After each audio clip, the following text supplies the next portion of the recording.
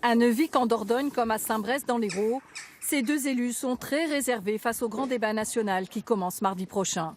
Pour eux, pas question d'en être les animateurs. Ce grand débat, c'est une manœuvre de diversion. Écoutez, on n'est pas des perdreaux de l'année, nous les élus, donc on voit bien que le gouvernement, la taxe d'habitation, un jour c'est oui, un jour c'est non, un jour c'est 20%, etc. On a l'impression que c'est panique à bord et qu'il faut trouver un sujet pour détourner l'attention des problèmes de fond. Tout ça est fait à l'emporte-pièce et nous, on est quand même des élus de terrain, à l'écoute de nos citoyens. Et donc moi, je laisse Macron et ses députés organiser ce grand débat. Un sentiment partagé par nombre d'élus, quelle que soit leur couleur politique, hormis ceux de la majorité. Beaucoup estiment que les thèmes de ce débat ne relèvent pas de leurs compétences et ils attendent encore des précisions sur les modalités.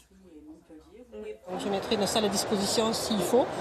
S'il y a un médiateur de la République qui vient pour organiser le débat, évidemment, il sera bien reçu, mais je ne ferai pas le scribe.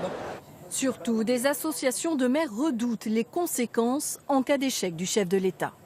Il ne faut pas qu'il nous plante, parce qu'il n'y a pas de plan B.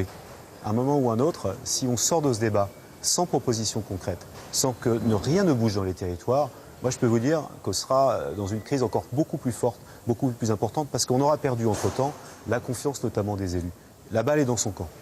Le gouvernement dit ne pas être inquiet. Il attend de voir le lancement du débat pour évaluer cette fronde, tout en précisant que chacun doit prendre ses responsabilités.